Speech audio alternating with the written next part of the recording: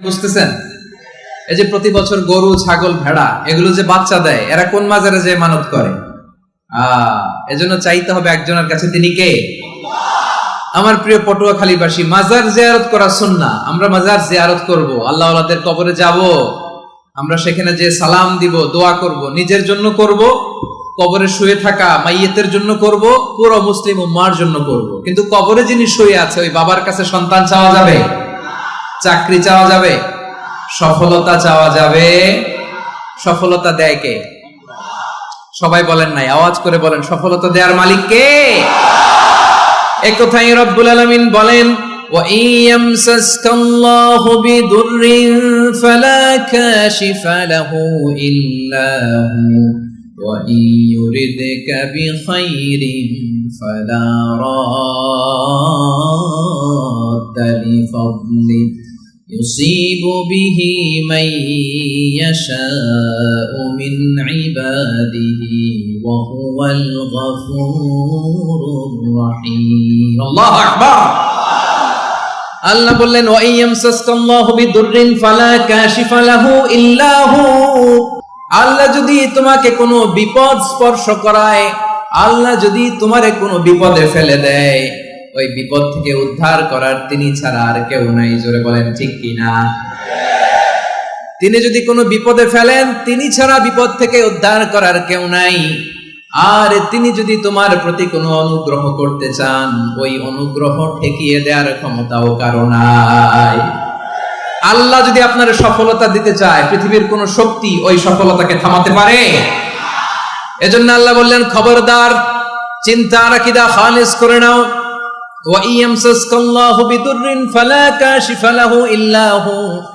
আল্লাহ বিপদে ফেললে বিপদ থেকে উদ্ধার করার কেউ থাকে না। আর আল্লাহ যদি তোমার প্রতি দয়া দেখাতে চান, অনুগ্রহ করতে চান, ওই অনুগ্রহকে প্রতিরোধ করার মতো ক্ষমতা কারো নাই। তিনি তার বান্দাদের মধ্য থেকে যাকে ইচ্ছা তাকে দেন, যত ইচ্ছা তত দেন। তিনি ক্ষমাশীল, তিনি মেহেরবান। সুবহানাল্লাহ। তিনি ক্ষমাশীল, তিনি মেহেরবান। তাহলে এই আয়াত থেকে আমরা বুঝতে পারলাম, আমরা যদি বিপদে পড়ি আমাদেরকে কেউ বাঁচাতে পারে না। আমার বাবা আমারে বাঁচাতে পারে? হ্যাঁ? আমার মা আমাকে বাঁচাতে পারে? আমার বন্ধু আমারে বাঁচাতে পারে? আমার দলের কর্মী আমাকে বাঁচাতে পারে? আমার পীর সাহেব আমারে বাঁচাতে পারে? আমার পটুয়াখালীর ভাইয়েরা খেয়াল রাখবেন, বাঁচাতে পারে এক মহান সত্তা, উদ্ধার করতে পারে এক মহান সত্তা। চিৎকার করে বলুন, তিনি কে? আবার আল্লাহ বললেন, আম্মাই ইউজিবুল মুত্তাররা ইযা দাআহু ওয়া ইয়াকশিফুস সুআ ওয়া ইয়াজআলুকুম খুলাফাআল আরদ আইলাহুম মা'আল্লাহ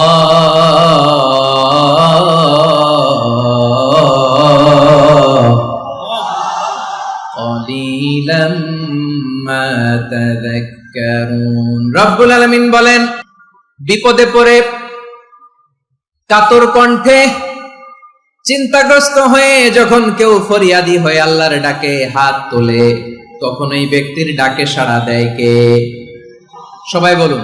বিপন্ন অবস্থায় আপনি যখন কেঁদে কেঁদে হাত তুলে আপনার দুঃখের কথা জানান, আপনি যখন ডাকেন তারে, তখন আপনার ডাকে সাড়া দেয় কে?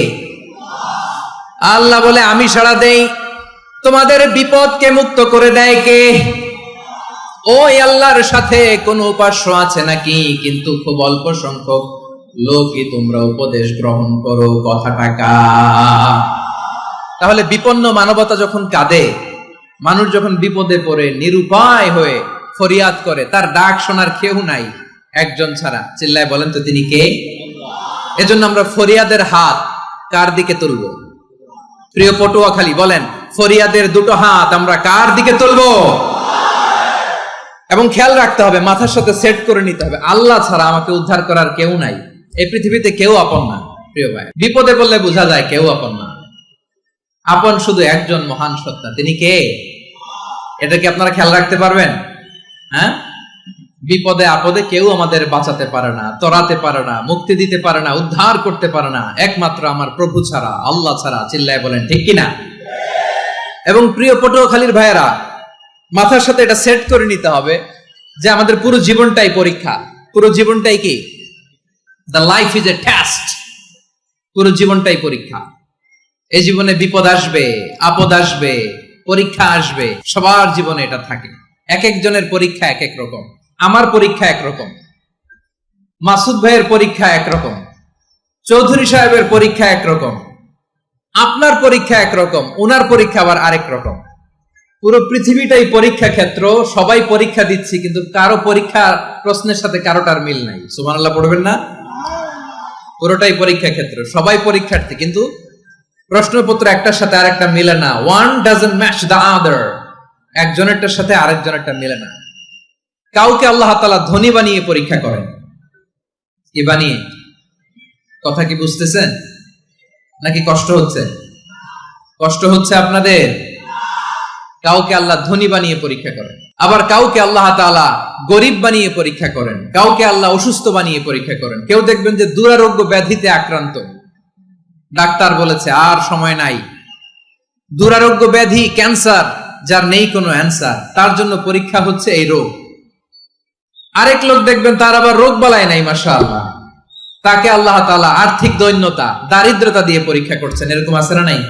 টাকা পয়সা নাই, দিন আনে দিন খায়, যা আছে তাতে চলে না, এটা তার জন্য পরীক্ষা।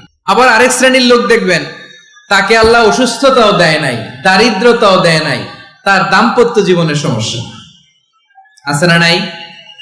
স্ত্রী কথা শোনে না, অথবা ছেলে মেয়ে কথা শোনে না। তাহলে পরীক্ষা সবার জীবনে আছে, এক একজনের পরীক্ষাটা এক এক রকম। আল্লাহ তাআলা দেখতে চায় যে এই পরীক্ষার সময় আমরা কিরকম রেসপন্স করি, how to deal with the test, কিভাবে এই বিপদ আপদ পরীক্ষাগুলোকে আমরা হ্যান্ডেল করব, ডিল করব, এটা হচ্ছে আজকের আলোচনার বিষয়। বুঝতে পেরেছেন সবাই? আমার প্রিয় ভাইয়েরা, তাহলে পরীক্ষাময় আমাদের জীবন, বিপদ আপদ পরীক্ষা, এটা মানুষের পিছু ছাড়ে না। সবার জীবনে পরীক্ষা আছে। নবীদের জীবনেও পরীক্ষা ছিল। সাহাবারা জিজ্ঞেস করেছেন, ইয়া রাসূলুল্লাহ, আইয়ুন নাসি আশাদ্দু বালাআন ফিদ দুনিয়া, এই দুনিয়ার বুকে কাদের পরীক্ষা সবচেয়ে বেশি? বিশ্বনবী বলেছেন, আল আম্বিয়া। এই পৃথিবীতে সবচেয়ে বেশি পরীক্ষা আল্লাহ তাআলা নিয়ে থাকেন নবীদের। কাদের? নবীদের। সুম্মাল আমসাল ফাল আমসাল, এরপরে নবীদের পরের স্তরে যারা, তাদের পরীক্ষা। এরপরে তাদের পরের স্তরে যারা, তাদের পরীক্ষা।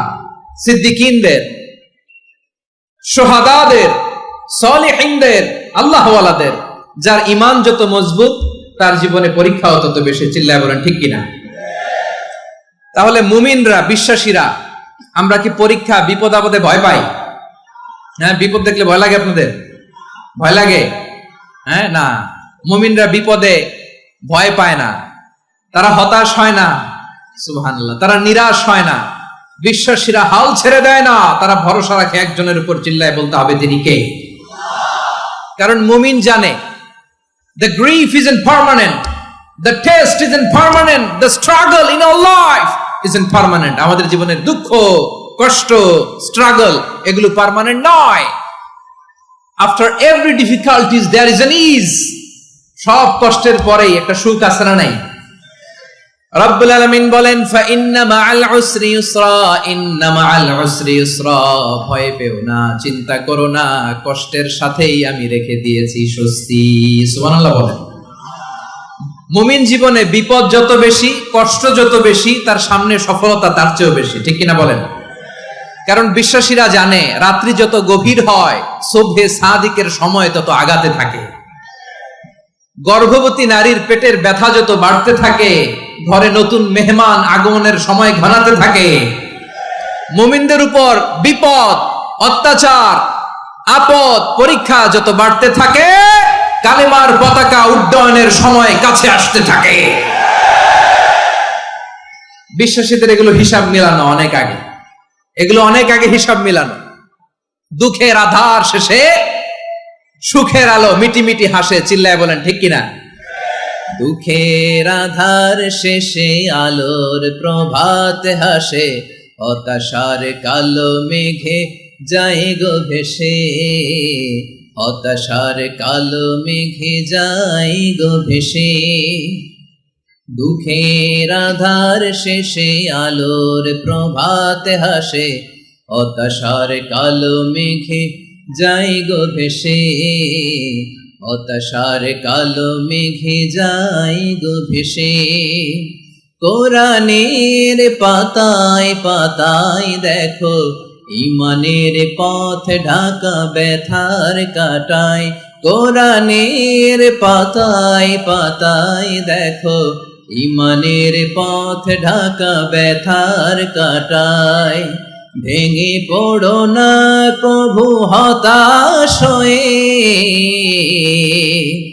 ভেঙে পড়ো না কভু হতাশ হয়ে, জ্বলে পুড়ে খাঁটি সোনা হও গো শেষে, জ্বলে পুড়ে খাঁটি সোনা হও গো শেষে।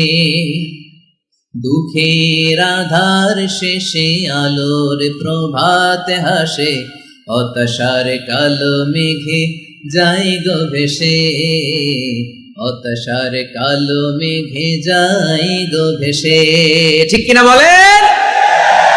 দুঃখ যত বেশি, পরীক্ষা যত বেশি, কষ্ট যত বেশি, সুখের সময় তত কাছাকাছি চিল্লায় বলতে হবে ঠিক কিনা।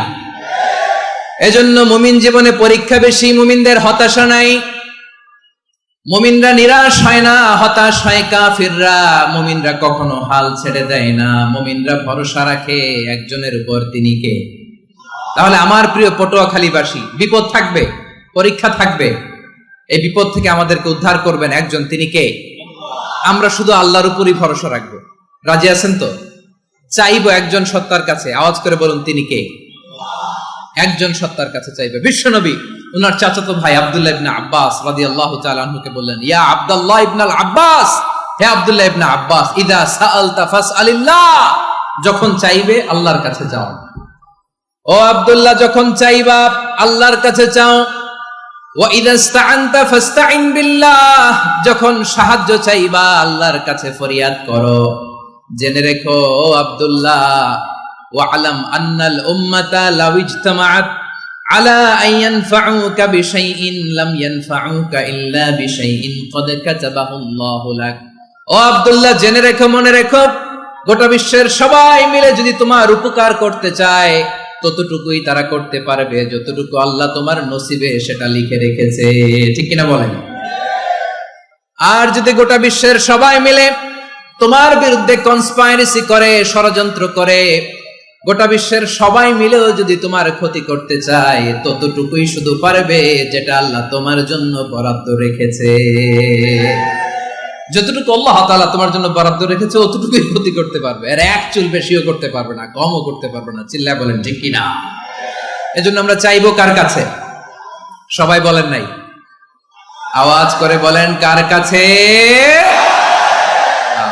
সব সময় আমরা আল্লাহর কাছে চাইবো, বিপদে আপদে, সুখে দুঃখে, সচ্ছল অবস্থায় অসচ্ছল অবস্থায়, পরাজয়ের সময় বিজয়ের সময়, সব সময় আমরা ভরসা রাখবো কার উপর?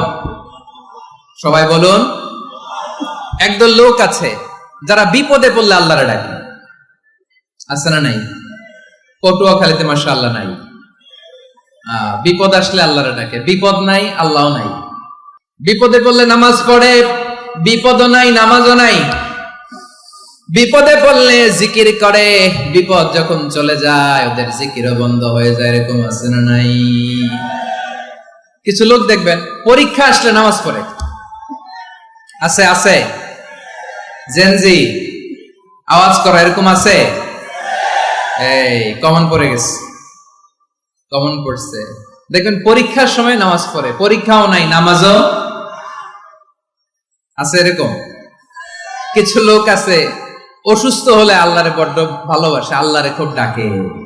অসুস্থ হইলে অসুস্থতাও নাই, আল্লাহ স্মরণও নাই।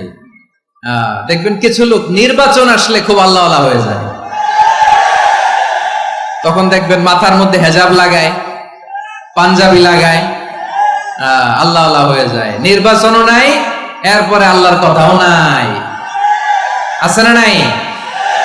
না, এরকম হওয়া যাবে না। সব সময় আমরা আল্লাহরে ডাকবো, বিপদে আপদে সব সময় ভরসা রাখবো আমরা একজনের উপর। আওয়াজ করে বলেন তিনি কে? এ কথায় আল্লাহ তাআলা আমাদের চোখে আঙ্গুল দিয়ে জানিয়ে দিলেন, ফাইদা রাকিবু ফিল ফুলকি দা'আবুল্লাহ মুখলিসিনা লাহুদ্দিন فلما نجاهم إلى البر إذا هم يشركون আল্লাহ বলে একদল লোক আছে, তারা যখন নৌযানে চড়ে, জলযানে চড়ে, সাগরের মধ্যে যখন জাহাজে চড়ে, লঞ্চে চড়ে, তারা যখন তুফানের সম্মুখীন হয় তখন তারা আল্লাহরে বড্ড বেশি ডাকে, একান্ত ভাবে ডাকে, বিশুদ্ধ চিত্তে ডাকে। আবার তুফান থেকে তাদেরকে সেফ জোনে নিয়ে, নিরাপদ জোনে নিয়ে যখন বন্দরে আমি আল্লাহ তাদেরকে ভিড়িয়ে দেই, ওই লোকগুলো আবার আমি আল্লাহর সাথে শিরিক করে। এরকম আছে না নাই? জাহাজে উঠছে, সাগরের মাঝখানে তুফান, ওই সময় দেখবেন আল্লাহ কারে কয়। এই কথা তো আপনাদেরকে বোঝানো সহজ, আপনারা তো নদীর দেশের মানুষ। লঞ্চে চড়েন নাই কারা কারা দেখি? লঞ্চে চড়ছেন? হ্যাঁ, লঞ্চে চড়ে নাই এরকম একজনও নাই এখানে। আচ্ছা, লঞ্চে উঠছেন কে কে দেখি? মাশাআল্লাহ, মাশাআল্লাহ, মাশাআল্লাহ। ঠিক আছে, আপনাদের বোঝানো সহজ। আচ্ছা, লঞ্চে উঠে তুফানের সম্মুখীন হয়েছেন, জলোচ্ছ্বাস সবাই? মাশাআল্লাহ। তো এই ওয়াজ তো আপনাদের মুখস্থ, ঠিক কিনা বলেন? আমার বলার দরকার নাই, বলেন। মাঝ নদী, তুফান, জলোচ্ছ্বাস, জলের মধ্যে উচ্ছ্বাস, ঢেউ, টর্নেডো, সাইক্লোন, মেঘের ঘনঘটা, পরিবেশ ঘুটঘুটে অন্ধকার, লঞ্চ একবার এদিকে আরেকবার ওইদিকে, ভিতরে কি অবস্থা হয় বলেন তো? হ্যাঁ, তখন মুসলিম আল্লাহর ডাকে, হিন্দু আল্লাহর ডাকে, ঠিক কিনা বলেন? আস্তিক আল্লাহর ডাকে, নাস্তিক আল্লাহর ডাকে, ঠিক কিনা? লঞ্চের ভেতর, স্টিমারের ভেতর কান্নারে রোল পড়ে যায়, চিৎকারের রোল পড়ে যায়, সবার মুখ দিয়ে শুধু একটা আওয়াজ, লা ইলাহা ইল্লাল্লাহ, লা ইলাহা লা ইলাহা সুবহানাল্লাহ, আলহামদুলিল্লাহ, লা ইলাহা। আল্লাহ নামের জিকির করবে যারা, আল্লাহর কাছে প্রিয় তারা, আল্লাহর কাছে প্রিয় যারা, জান্নাতে প্রবেশ করবে তারা, জোরে লা ইলাহা লা ইলাহা ইল্লাল্লাহ, লা ইলাহা ইল্লাল্লাহ মুহাম্মাদুর রাসূলুল্লাহ সাল্লাল্লাহু আলাইহি ওয়াসাল্লাম। আমার প্রিয় পটুয়াখালীবাসী, তাহলে লঞ্চের ভেতরে যখন আমরা তুফানের মধ্যে পড়ি, তখন সবাই মিলে আমরা একটা নামের জিকির করি। নামটা কার? মুসলমানেরাও ডাকে, হিন্দুরাও ডাকে, আস্তিকও ডাকে, নাস্তিকও ডাকে, সবাই ডাকে একজনকে। তিনি কে? আবার দেখবেন ওই আল্লাহ তুফানের পরে, ঝড়ের পরে ওই লঞ্চটাকে যখন সদর ঘাটে ফিরিয়ে দেয়, আবার আমরা নাফরমানি শুরু করে দেই। সে কোথায়? আল্লাহ বললেন, ফাইদা রাকিবু ফিল ফুলকি দা'আউল্লাহ মুখলিসিনা লাহুদ্দিন ফালাম্মা নাজ্জাহুম ইলাল বাররি ইযা হুম ইউশরিকুন। সাগরে যখন তুফানে পড়ে আমি আল্লাহর ডাকে, আবার আমি আল্লাহ যখন বাঁচিয়ে দেই, আবার আমি আল্লাহর সাথে শিরিক শুরু করে। আমরা কি এরকম হতে চাই নাকি? এরকম করবেন?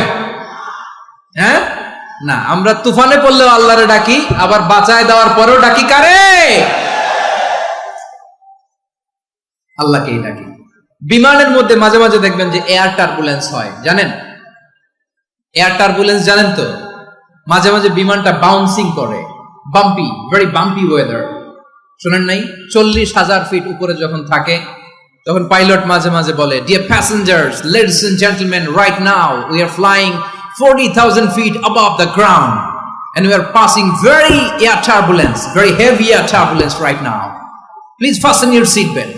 দেখবেন মাঝে মাঝে বলে যে, ভদ্র মহিলা, ভদ্র মহোদয়গণ, আমরা 40,000 ফিট উপর দিয়ে যাচ্ছি আর এয়ার টার্বুলেন্স ফেস করছি, মেহেরবানি করে আল্লাহর হস্তে সিট বেল্ট বাঁধুন। তখন বিমানটা এরকম বাউন্সিং করে, শেকিং করে। আপনারা মুখোমুখি হয়েছেন? ইদানিং এই এয়ার টার্বুলেন্স বেড়ে গিয়েছে। গত বছর আমার ইন্টারন্যাশনাল অনেকগুলো ফ্লাইট ছিল, তো আমি দেখলাম যে আগের ফ্লাইটগুলোর তুলনায় এখন এয়ার টার্বুলেন্স খুব বেশি। আমি একটু রিসার্চ করে দেখলাম ক্লাইমেট চেঞ্জের কারণে, জলবায়ু পরিবর্তনের কারণে আকাশের বাতাসের মুভমেন্টে পরিবর্তন হয়েছে, ফলে এখন বিমান শেকিং করে বেশি, বাউন্সিং, বাম্পি ওয়েদার। তো বলেন তো 40,000 ফিট উপরে যখন আপনি, কয় হাজার ফিট, সবাই বলুন কয় হাজার ফিট, 40,000 ফিট উপরে যখন আপনি, তখন যখন বিমানটা এরকম বাউন্সিং করে, সবাই যখন ভমিটিং করে বিমান নষ্ট করে দেয়, বমি করে, তখন বাঁচানোর কে আছে আল্লাহ ছাড়া? কেউ আছে? ওই মুহূর্তেও সবাই মিলে একজনকে ডাকে আওয়াজ করে বলেন তিনি কে? মাঝে মাঝে কিছু সোশ্যাল মিডিয়ায় কিছু ভিডিও পাওয়া যায় যে হেভি যখন এয়ার টার্বুলেন্স হয় 10 সেকেন্ড 15 সেকেন্ডের কিছু ভিডিও পাওয়া যায়, বিমানটা এরকম বাউন্সিং করছে, বাম্পি ওয়েদার, কাঁপছে, মানুষগুলো বমি করছে, অক্সিজেন মাস্কগুলো সব ঝুলে পড়েছে, বিমানটা শুধু কাঁপছে। তখন দেখবেন বিমানের ভেতরেও এরকম লঞ্চের মতো চিৎকার আছে না নাই? বিমানের ভেতরেও তখন চিৎকার। গত বছর হিথ্রো এয়ারপোর্ট থেকে সিঙ্গাপুর এয়ারলাইন্সের একটা ফ্লাইট, হিথ্রো টু চাঙ্গি, একটা ফ্লাইটে এমন বেশি এয়ার টার্বুলেন্সের শিকার হয়েছিল ওই এয়ারক্রাফটটা, 33 জন যাত্রী সেখানে আহত হয়েছে, একজন যাত্রী নিহত হয়েছে। কেবিন ক্রুজ, এয়ার হোস্টেস যারা আছে, একজনের নাক ফেটে, চোখ ফেটে, কপাল ফেটে, ব্লিডিং হয়ে শয়লা। প্রিয় ভাইরা, ওই 40,000 ফিট উপরে বিমানটা যখন কাঁপবে, তখন আমাদেরকে আল্লাহ ছাড়া আর কেউ বাঁচানোর আছে? এত আসতে বললে হবে? ওই কঠিন মুহূর্তে আমার বাবা আমারে বাঁচাতে পারে, আমার বন্ধু আমারে বাঁচাতে পারে। এই গ্রাউন্ডে, জমিনের বুকে আমার প্রোটোকল, আমার ক্ষমতা, আমার দাম্ভিকতা, কোনো কিছু আমারে বাঁচাতে পারে একজন ছাড়া। চিল্লায় বলতে হবে তিনি কে? সে আল্লাহ বললেন, গোলাম আমি বিপদের সময় ঠিকই তোমাদের বাঁচিয়ে দেই। ওই বিমানের ভেতরে 40,000 ফিট উপরে যখন তোমরা এয়ার টার্বুলেন্সের শিকার হও, তখন নাস্তিকও আল্লাহরে ডাকে, হিন্দু আল্লাহরে ডাকে, জোরে বলেন ঠিক কিনা? আবার বিমানটা যখন শান্ত হয়ে যায়, একটু পরেই বিমানের স্ক্রিনের মধ্যে হিন্দি সিনেমা খোঁজে। বিমানের স্ক্রিনে কিন্তু বিশাল ওখানে আফলাম ফিল্মের একেবারে বোঝাই করা। বিমানটা শান্ত হলে আবার হিন্দি সিনেমা দেখা শুরু করে। একটু আগে ডাকছিল কারে?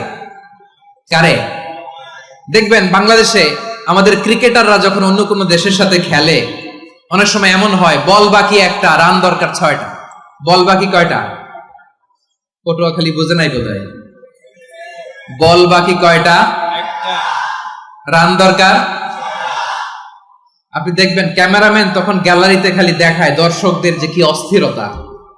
হিপ হপ স্টাইলের মেয়েটা, যে মেয়েটার ওড়না এতক্ষণ ছিল গলায়, এতক্ষণ কইছিল, ওই মেয়েটা দেখবেন ওড়নাটা টেনে মাথায় দিয়ে এরকম মুনাজাত ধরতেছে, আল্লাহ আল্লাহ, একটা ছক্কা, আল্লাহ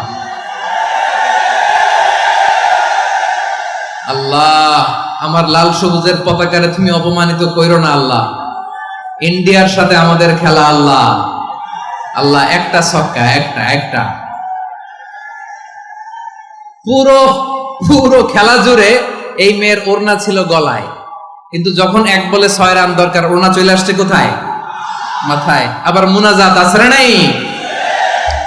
ঠিকই বাংলাদেশের দামাল ছেলে এমন এক শট মারলো, বল চলে গেল স্টেডিয়ামের বাইরে, ছক্কা, জিতে গেলাম আমরা। পুরো স্টেডিয়াম জুড়ে চিৎকার, হই হুল্লোর, মৌজ মাস্তি। যেই মেয়েটা মাথার মধ্যে ওড়না দিয়ে এতক্ষণ সুবহানাল্লাহ সুবহানাল্লাহ বলে আল্লাহর কাছে দোয়া করেছে, ওই মেয়ে এখন আবার ওড়না ফেলে দিয়ে নাচা শুরু করে দিয়েছে। তাহলে আল্লাহর ভয়, আল্লাহর প্রতি আস্থা, বিশ্বাস, ভালোবাসা, এটা কি ক্ষণিকের জন্য? মানে আমার যখন লাগবে তখন আল্লাহরে ইউজ করবো নাকি?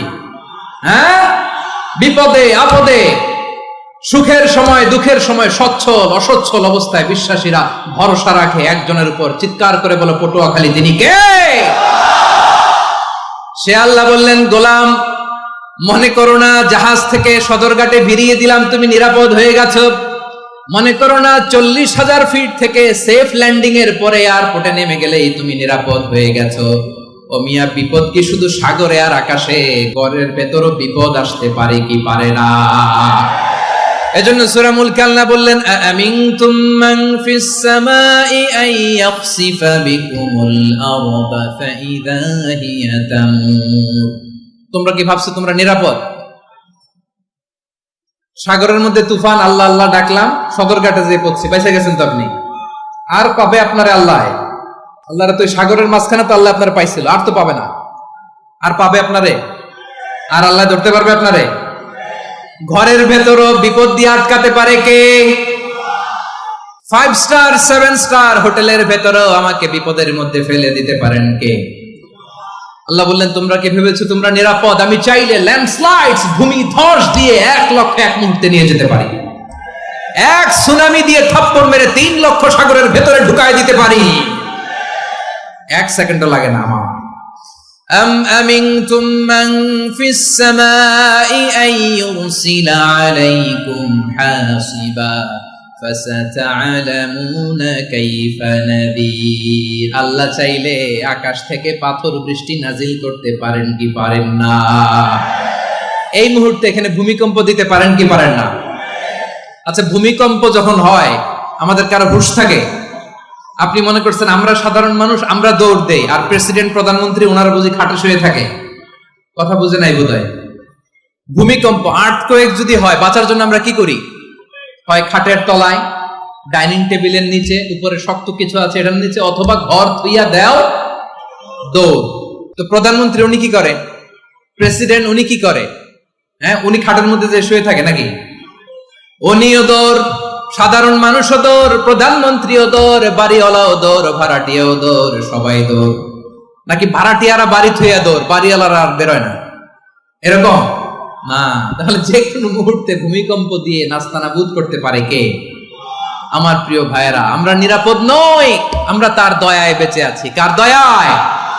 এজন্য আল্লাহ বললেন গোলাম, যে কোনো মুহূর্তে বিপদ দিয়ে তোমাদেরকে নাস্তানাবুদ করতে পারি। বিশ্বাসী বলে যদি নিজেকে দাবি করো, সব সময় ডাকতে হবে একজন সত্তাকে। বলেন তিনি কে?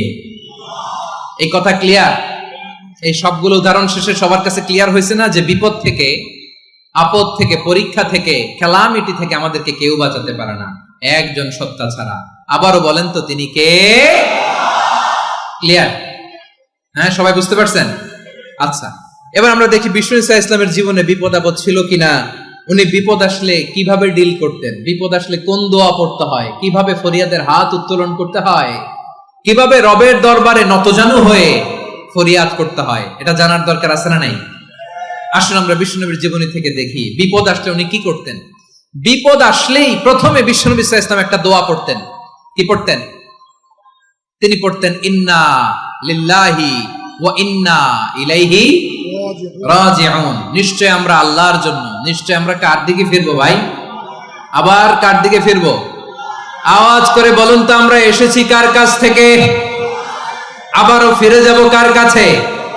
এজন্য বিষ্ণুই পড়ছেন ইন্না লিল্লাহি ওয়া ইন্না ইলাইহি রাজিউন। নিশ্চয় আল্লাহর জন্য, ওই আল্লাহর দিকেই আমরা ফিরে যাব। তারপরে বিষ্ণুই পড়তেন আল্লাহুম্মা আজুরনি ফি মুসিবাতি ওয়াখলুফ লি খায়রাম মিনহা। একসাথে প্রথমে পড়তেন ইন্না লিল্লাহি ওয়া ইন্না ইলাইহি রাজিউন, তারপর পড়তেন আল্লাহুম্মা আজুরনি ফি মুসিবাতি ওয়াখলুফ লি খায়রাম মিনহা। মানে আল্লাহ, এই যে আমি বিপদে ধৈর্য ধারণ করলাম, এটার সব তুমি আমারে দাও, আর যেটা হারালাম এর চেয়ে ভালো কিছু দিয়ে মেকআপ করে দিও, ভালো কিছু দিয়ে বদল করে দিও। সুবহানাল্লাহ পড়েন। তাহলে বিপদ আসলে আমরা কি পড়ব? কথা বলেন।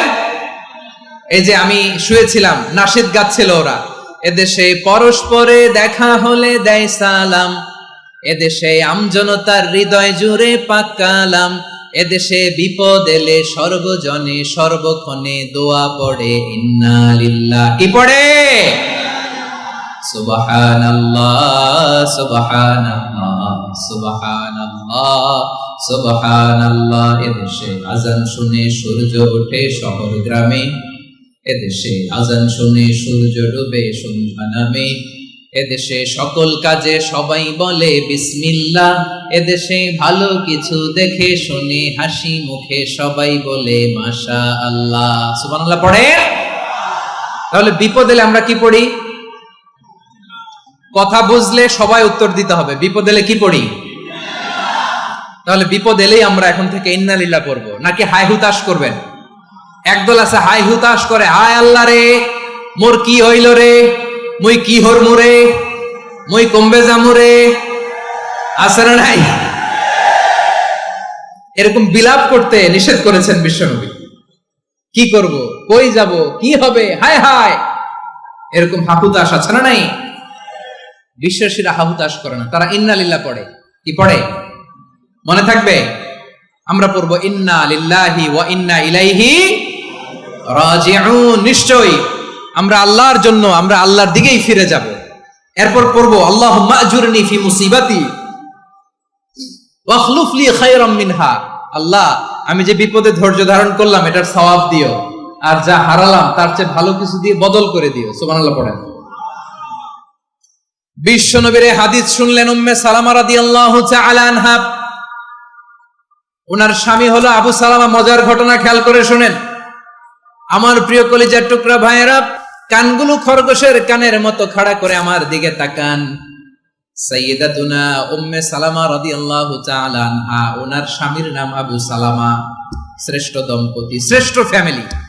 প্রথমে হিজরত করেছিলেন হাবাসায়, পরে হিজরত করেছেন মদিনায়। উহুদ যুদ্ধের পরে ওনার স্বামী আবু সালামা ইন্তেকাল করলো, শহীদ হলো। সুবহানাল্লাহ পড়েন।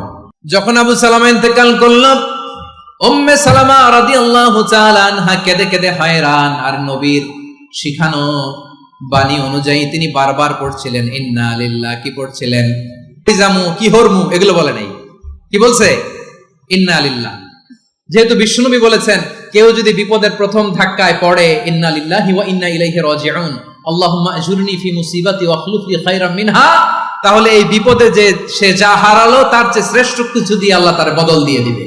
এই হাদিস শুনে উম্মে সালামা রাদিয়াল্লাহু তাআলা আনহা ওনার প্রাণ প্রিয় স্বামী আবু সালামার ইন্তেকালের পরে চোখের পানি ছাড়ে আর পড়ে ইন্না লিল্লাহি ওয়া ইন্না ইলাইহি রাজিউন, আল্লাহুম্মা আজুরনি ফি মুসিবাতি ওয়া আখলুফ লি খায়রাম মিনহা।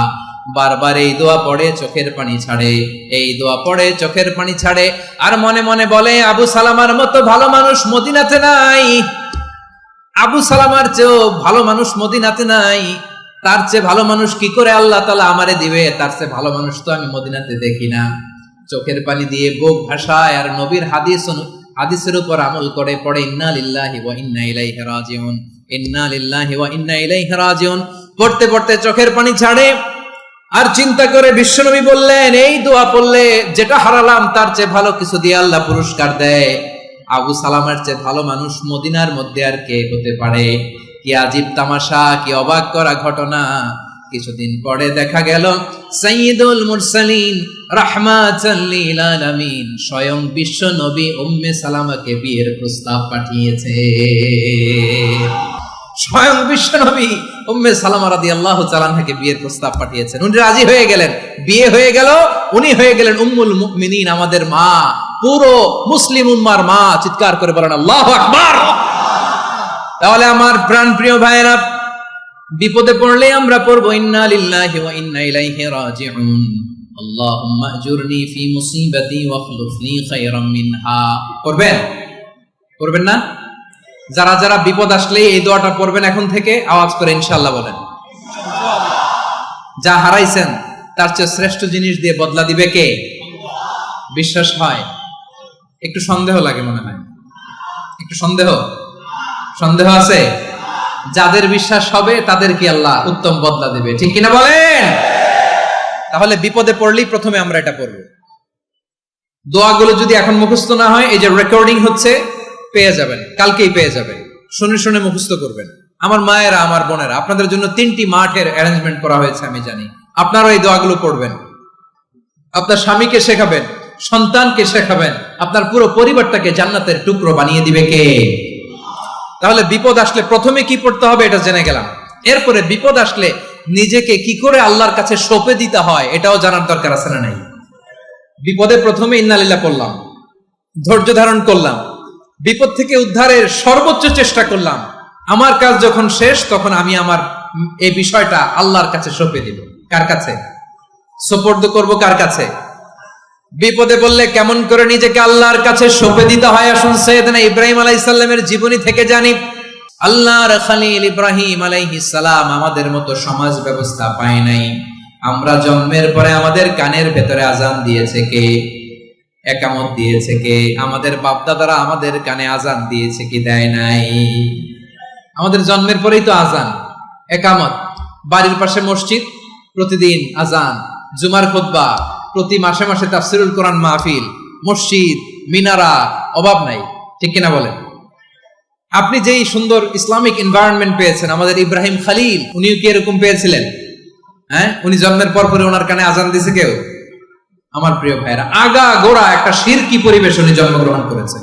উনি ছাড়া ওই তল্লাটে একজনও আল্লাহর উপর বিশ্বাসী নাই। কল্পনা করতে পারেন? গোটা তল্লাটে, গোটা দেশে বিশ্বাসী মুমিন, আল্লাহর উপর বিশ্বাস স্থাপনকারী কয়জন? সবাই বলেন কয়জন? বাকি সব মুশরিক। বাকি সব মুশরিক নিজের সাথে নিজে শক্ত বোঝাপড়া করে, অ্যানালজি করে, সেলফ কনভারসেশন করে উনি মহা সত্যের সন্ধান পেয়েছেন। উনি আকাশের তারা দেখে ভাবে মনে হয় এটাই আমার খোদা, পরে দেখে তারা নাই, মনে মনে বলে না তাইলে এটা না। আবার চাঁদ দেখে বলে চাঁদটা বড় মায়া লাগে, মনে হয় এটাই আমার রব, পরে দেখে চাঁদও নাই, কয় না এটা না। এরপরে দ্বীপ প্রহরের জলজলে সূর্যটা খাঁ খাঁ করে গোটা পৃথিবীটারে রৌদ্র দিয়ে তাতিয়ে রাখে। তিনি ভাবলেন মনে হয় এটাই আমার রব, কারণ এটাই তো সবচেয়ে বড়। কিন্তু বিকেল বেলা ওই সূর্যটাও যখন চলে যায়, সাইয়েদনা ইব্রাহিম বলে না এটাও তো নাই, আমার খোদা যদি আমার ছেড়ে চলে যায়, বিপদে পড়লে আমারে উদ্ধার করবে কে? এভাবে নিজের সাথে অ্যানালজি, সেলফ কনভারসেশন করতে করতে করতে তিনি মহা সত্যের সন্ধান পেয়েছেন। সুবহানাল্লাহ পড়েন। সব শেষে তিনি ডিসিশন নিয়ে ঘোষণা দিলেন, ইন্নী ওয়াজ্জাহতু ওয়াজহিয়া লিল্লাযী ফাতারাস সামাওয়াতি ওয়াল আরদা হানিফান ওয়া মা আনা মিনাল মুশরিকিন। নিশ্চয় আমি এমন সত্তার দিকে মনোনিবেশ করলাম, মুখাপেক্ষী হলাম, যিনি আকাশ বানিয়েছেন, জমিন বানিয়েছেন, আমি মুশরিক নই। সুবহানাল্লাহ। পারতেন? আপনি পারতেন? কেউ নাই, লক্ষ লক্ষ মুশরিক, আপনি একা। ওনার মতো এরকম বিচক্ষণতা দিয়ে আল্লাহরে খুঁজে পাইতে পারতেন আপনি? কি নবী ছিল, আল্লাহকে খুঁজে পেয়েছে। যখন আল্লাহর ইবাদত শুরু করলো, এই কথা ছড়ায় পড়লো চারদিকে। নমরুদ সাইয়েদনা ইব্রাহিমকে ডেকে পাঠালেন। নমরুদ বলে, ইব্রাহিম তুমি নাকি মূর্তির পূজা না করে কোন নতুন রবের ইবাদত করো, কে তোমার রব? সাইয়েদনা ইব্রাহিম বললেন, রব্বি আল্লাযী ইউহয়ী ওয়া ইউমীত, আমি এমন রবের ইবাদত করি যিনি জীবন দেন, যিনি মৃত্যু দেন। নমরুদ বলে, তাই নাকি? তোমার রব জীবন দেয়, মৃত্যু দেয়? আর এটা তো আমি দেই, আমিও তো জীবন দেই, আমিও তো মৃত্যু দেই। সাইয়েদনা ইব্রাহিম বললেন, কেমন করে তুমি জীবন দাও, মৃত্যু দাও, একটু দেখাও তো। নমরুদ জেলখানা থেকে দুজন কয়েদিকে ডেকে আনলো। কয়েদি এনে অর্ডার করলো, একটাকে এখনই শিরোচ্ছেদ, হেড অফ, ডেথ পেনাল্টি, মৃত্যুদণ্ড দেয়া হলো, ফিনকি দিয়ে রক্ত বেরোলো। নমরুদ বলে, দেখো দুজনকে ধরে আনলাম, একজন কয়েদিকে দিলাম ডেথ পেনাল্টি, মৃত্যুদণ্ড, ওরে মৃত্যু দিলাম। আরেকজন যে দাঁড়িয়ে আছে, চাইলে ওরেও আমি মৃত্যুদণ্ড দিতে পারি, কিন্তু না, ওরে আমি দিব না, ওরে আমি বাঁচাইয়া দিলাম, ছেড়ে দিলাম, মানে জীবন দিলাম। দেখো ইব্রাহিম, তোমার চোখের সামনে একজনরে মৃত্যু দিলাম, আরেকজনরে জীবন দিলাম। আপাত দৃষ্টিতে তাই তো, একজনরে তো জীবন দিল, আরেকজনরে মৃত্যু দিল। সাইয়েদনা ইব্রাহিম এবার বিপাকে পড়ে গেলেন। কিন্তু এক একজন নবীকে আল্লাহ এমন উইজডম বিচক্ষণতা দিয়ে এই জমিনে পাঠিয়েছেন, মুহূর্তের মধ্যে আল্লাহর খলিল ইব্রাহিম বললেন, ফাইন্নাল্লাহা ইয়াতি বিশ-শামসি মিনাল মাশরিকি ফাতি বিহা মিনাল মাগরিব ফাবুহিতাল্লাযী কাফার। আল্লাহর খলিল ইব্রাহিম বললেন, নমরুদ বুঝলাম তুমি জীবন দাও, মৃত্যু দাও, দেখলাম, কিন্তু আমার রব, আমার আল্লাহ প্রতিদিন সকালবেলা উষা লগ্নে ওই পূর্ব দিগন্ত থেকে সূর্যটাকে উদিত করেন, সাঁঝের বেলা, বিকেল বেলা, কুথুরি লগ্নে, সন্ধ্যা বেলা ওই দ্বিপ্রহরের জল জলে সূর্যটাকে পশ্চিম দিগন্তে ডুবিয়ে দেন। মানে সকালবেলা পূর্ব দিক থেকে উদিত করা সূর্যটাকে পশ্চিম দিকে বিকেলে তিনি ডুবিয়ে দেন। তুমি যদি পারো ওই সূর্যটাকে পশ্চিম দিক থেকে উদিত করে পূর্ব দিকে ডুবিয়ে দাও। সুবহানাল্লাহ পড়বেন না? দেখেন, ইনস্ট্যান্ট ইন্টেলেক্ট, মুহূর্তে বিচক্ষণতা, উইজডম কাকে বলে? নমরুদ পারবে? নমরুদের বাপ পারবে? ওর দাদা, ওর 14 গোষ্ঠী, গোটা বিশ্বের সব ক্ষমতাধর রাষ্ট্রনায়করা একসাথে হলে পারবে? ফাবুহিতাল্লাযী কাফার, পারে নাই, ব্যর্থ হয়েছে। এবার তেলে বেগুনে জ্বলে উঠেছে, রেগে মেগে আগুন বলে ফালকুহু ফিল জাহিম। ওর সাথে তর্ক নাই, না পেরে এবার এটারে আগুনে ফেলা। বিশাল বিশাল গাছ কেটে লাকড়ি এনে আগুনের কুণ্ডলি বানানো হলো, দাও দাও দাও দাও করে আগুন জ্বলে। আল্লাহর খলিল ইব্রাহিমকে আগুনে নিক্ষেপ করা হবে। আল্লাহর খলিল সাইয়েদনা ইব্রাহিমের হাতের মধ্যে রশি দিয়ে টাইট করে বাঁধা হলো, পায়ের মধ্যেও টাইট করে রশি দিয়ে বাঁধা হলো। আল্লাহর খলিল ইব্রাহিমকে আগুনের কুণ্ডলির মধ্যে ফেলা হবে। ও মিয়া, আপনি যে বিপদের কারণে ভয় পান, হতাশ হন, এটা কোনো বিপদ? ওনার বিপদের সামনে হাত পা বেঁধে টাইট করে নিক্ষেপ করা হবে। সিম্পলি ফেলা যাবে না, কারণ দাও দাও করে দ্য ব্লেজিং ফায়ার, এমন আগুনের কুণ্ডলি, কাছে যাওয়া যায় না, আগুনের উত্তাপে নিক্ষেপ করা হবে। হাতে রশি বেঁধে, পায়ে রশি বেঁধে আল্লাহর খলিল ইব্রাহিম আলাইহিস সালামকে আগুনের মধ্যে নিক্ষেপ করা হবে। আহা, এটার বলে অগ্নি পরীক্ষা। উনি অগ্নি পরীক্ষার সম্মুখীন হয়েছিলেন। এজন্য কঠিন পরীক্ষাকে আমরা অগ্নি পরীক্ষার সাথে তুলনা করি, ঠিক কিনা? সাইয়েদনা জিবরাইল এসে বললেন, ও আল্লাহর খলিল, ওরা তো আপনার হাতও বেঁধে ফেললো, পাও বেঁধে ফেললো, নড়াচড়ার সুযোগ নাই, বলেন আমি জিবরিল ফেরেশতা আপনার জন্য কি করতে পারি? আল্লাহর খলিল ইব্রাহিম বলেন, ও জিবরাইল, তোমার কাছে আমার কোনো চাওয়া পাওয়া নাই। সুবহানাল্লাহ বলেন। তোমার কাছে বলার কিছু নাই, তোমার সাহায্যের আমার দরকার নাই। সাইয়েদনা ইব্রাহিম আলাইহিস সালামকে হাতে পায়ে রশি বেঁধে, হাত পা বাঁধা অবস্থায় জ্বলন্ত অগ্নিকুণ্ডে যখন নমরুদের দলবল নিক্ষেপ করবে, আল্লাহর খলিল কিভাবে নিজেকে আল্লাহর কাছে সঁপে দিয়েছেন, পটুয়াখালীর ভাইরা খেয়াল করে শুনুন। হাত পা বেঁধে আল্লাহর খলিলকে যখন নিক্ষেপ করা হবে, তিনি মুখ ফুটে বলে ফেললেন, হাসবুনাল্লাহু ওয়া নি'মাল ওয়াকিল। হাসবুনাল্লাহু ওয়া নি'মাল ওয়াকিল, আমার জন্য আল্লাহই যথেষ্ট, আমার জন্য আল্লাহই যথেষ্ট। তিনি আমার সবচেয়ে বড় গার্ডিয়ান, তিনি আমার সবচেয়ে বড় অভিভাবক। জিব্রাইলের সাহায্যে অফারকে ফিরিয়ে দিলেন। দুনিয়ার বুকে কারো কাছে কিছু বলেন নাই, মুখ ফুটে বলেছেন হাসবুনাল্লাহ। ও আমার পটুয়াখালীর প্রাণের ভাইয়েরা, খেয়াল রাখবেন, কোন বান্দা তার হাতে থাকা সব চেষ্টাটুকুন করার পরে মুখ ফসকে মুখ দিয়ে যখন বলে ফেলে হাসবুনাল্লাহ, বান্দা যখন হাসবুনাল্লাহ বলে ফেলে, ওই ব্যাপারটা ডিল করার দায়িত্ব স্বয়ং আল্লাহ আরশের উপর থেকে নিয়ে নেয়। আপনি যখন বলে ফেলবেন হাসবুনাল্লাহ, এটা ডিলিং করবে কে তখন? চিল্লায় বলেন না, তিনি কে?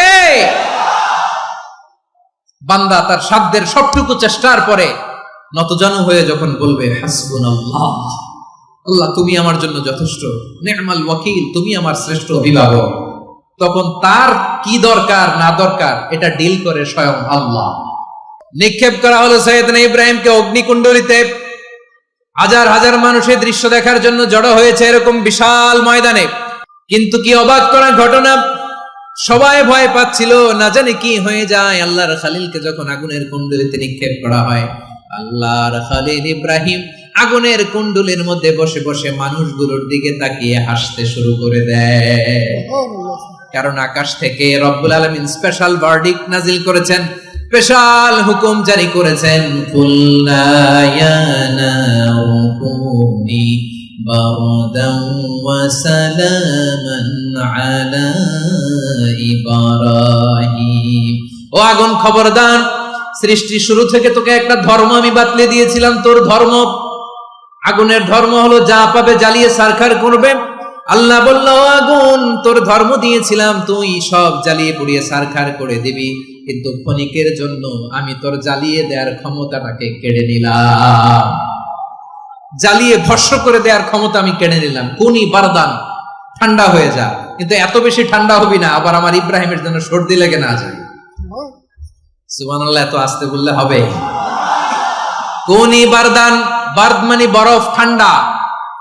ঠান্ডা হ, কিন্তু এত ঠান্ডা হবি না যাতে আমার ইব্রাহিমের কষ্ট হয়। আগুন বলে, আল্লাহ একবার বললাম ঠান্ডা হ, আবার বলো এত ঠান্ডা হবি না যাতে খালিলের সর্দি না লাগে। কেমন ঠান্ডা হব, কেমন এনভায়রনমেন্ট তৈরি করে দেব বলো। আল্লাহ বললেন সালামান আলা ইব্রাহিম, আমার খলিল, আমার কলিজা, আমার ইব্রাহিমের জন্য তুই জান্নাতের গুল বাগিচা হয়ে যা। ও ভাই, নবী মুসার মতো ঈমান হলে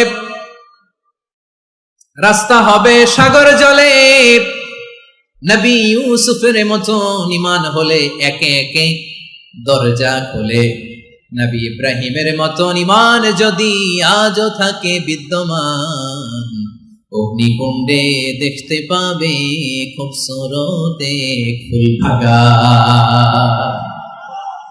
কুলনা ইয়া নারু কুনি বারদান ওয়া সালামান আলা ইব্রাহিম। বান্দা যখন মুখ দিয়ে বলে হাসবুনাল্লাহ, আমার আল্লাহ আমার জন্য যথেষ্ট, এই বলে যখন নিজেকে সঁপে দেয়, তার কি লাগবে ওই দায়িত্ব স্বয়ং নিয়ে নেয় কে? সবাই বলেন, স্বয়ং নিয়ে নেয় কে? তাহলে আমার প্রিয় ভাইরা, বিপদের শুরুতেই আমরা বলবো ইন্না লিল্লাহ। শুরুতে কি বলবো? এরপরে যেই বাক্যটা পড়ে নিজের পরিস্থিতিকে আল্লাহর দরবারে সঁপে দিব, সেটা হচ্ছে হাসবুনাল্লাহ। সেটা কি? বিষ্ণু বলেন লা ইয়াজালু লিসানুকা রাতাবান মিন যিকরিল্লাহ, সব সময় আল্লাহর স্মরণ দিয়ে, জিকির দিয়ে জিহ্বাটারে সিক্ত রাখো। আর শয়তানু জাসিমুন আলা কলবি ইবনে আদম, শয়তান বনি আদমের কলবে খামচি মেরে বসে থাকে। ফাইদা যাকারাল্লাহ খানাসা, মানুষ যখন আল্লাহর স্মরণ করে, জিকির করে, শয়তান দৌড়ে পালায়। ওয়া ইদা গাফালা ওয়াসওয়াসা, যখনই বনি আদম গাফেল হয়, তখনই শয়তান তার হৃদয়ে ওয়াসওয়াসা দেয়।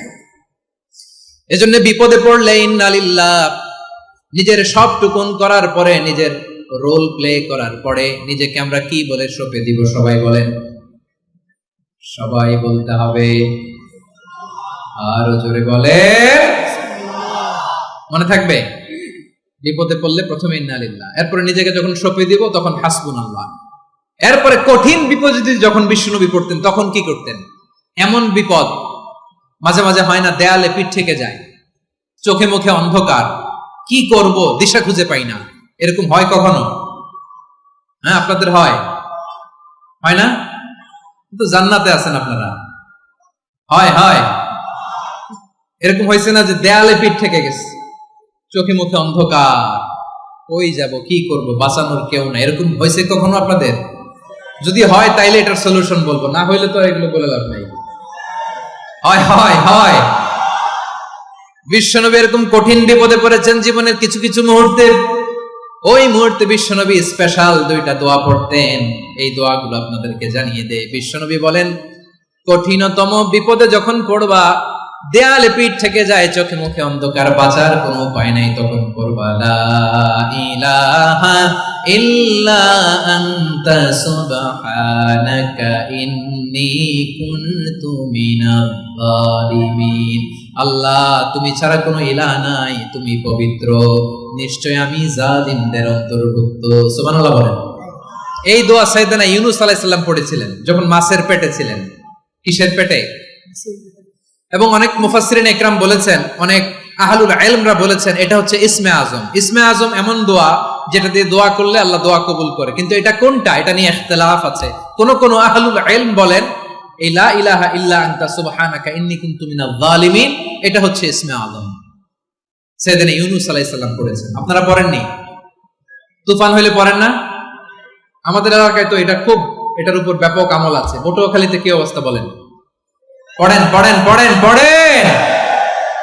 একটা গল্প শুনেছিলাম, পাক হানাদার বাহিনী যখন বাংলাদেশে অ্যাটাক করত, ৭১ সালের ঘটনা বলতেছে, আমরা তো দেখি নাই, শুনছি আর কি।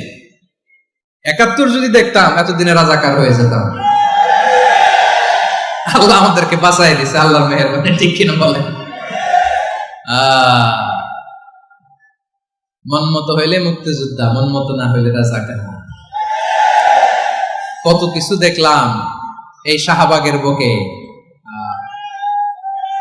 আল্লাহ, ৭১ সালে দেখি নাই, আমরা শুনেছি পাক হানাদার বাহিনী জিজ্ঞেস করতো মুসলিম না অমুসলিম চেক করার জন্য, বলতো কালেমা বল, কালেমা বাতাও।